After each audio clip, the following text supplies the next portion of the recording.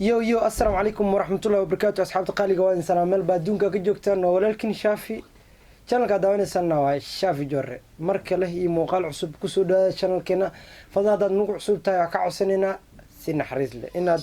subscribe noo saartid like share comment aad iyo aad u mahadsantihiin muuqaalka maanta uu soo fariistay maaha muuqaal dheer ama badan ama reaction maahan arrin yar oo aan la yaabay Soomaalida dhexdeeda ka jirta baraha bulshada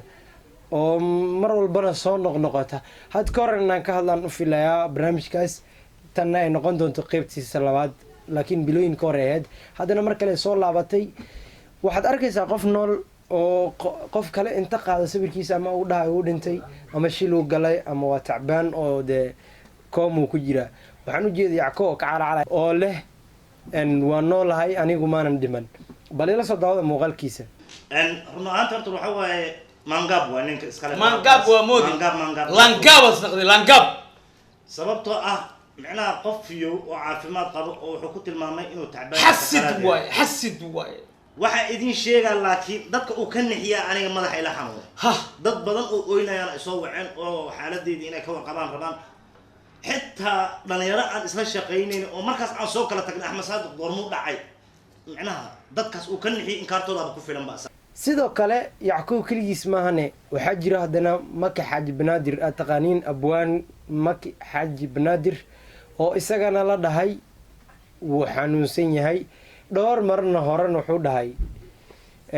waxaa liiga soo sheegay inaan tacbaanahay inaan dhaawacanahay anigoon meelin layga hayn bal isagana akhbaartaas nala soo dhegeysta waxaa khadka la soo dhigay waa dhaawacmi waa la soo dhigay waa socoweysi haddana waa dhaawacmi kalaa la soo dhigi dhiigaa liima mariyi faleebooyinaa liigu taataagi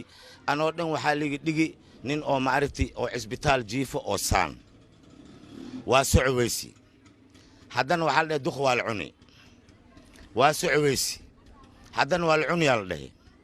waa socoweysi hadda waxaa lagu soo gaabiyey waa dhinti horta dadka beenta ku kharaabto oo ilaahay ka baqaynin oo beenta inay lacag ka sameeyaan u soo tafaxeetay waxaan leeyahay ilaahay ka cabsada qofka xiga ee saddexaad maanta waxaa waaye liicaato inaa wada taqaanaan u maleynaaya isbuuc ka hor inay taan u filayaa oo la yiri asagana wuu uu geeriyooday asigoo socdo magaalka joogo xataa aan dhag laga haynin bal muuqaalkaas liicaatana ila soo daawada iyo waxa uu ka yiri أنا وعافمات قبا الحمد لله ساد وجدين مركا أنا وعافمات قبا اللي دلا انتهى دوادو تشتين نقف نول ولا دلا إن أنا ومهورين هذا ضد إيجا عن سنة وإيجا مجعوين وريالها هذان شخصيات دولة كتر سنباء هذان ولوير معنا أيجا نول وجيريودين مركا أنا الحمد لله مركا اللي هاي باللي وقت نتا سوشيال ميديا اللي سوق لنا أنا فاميلي كي جاب لها الله مركز يعني waxaan laga yaabaa arrin kadii soo qaray waayo ogtiin social media waxa waaye waa hawo kale meel walba aad joogto uu kugu imaanaya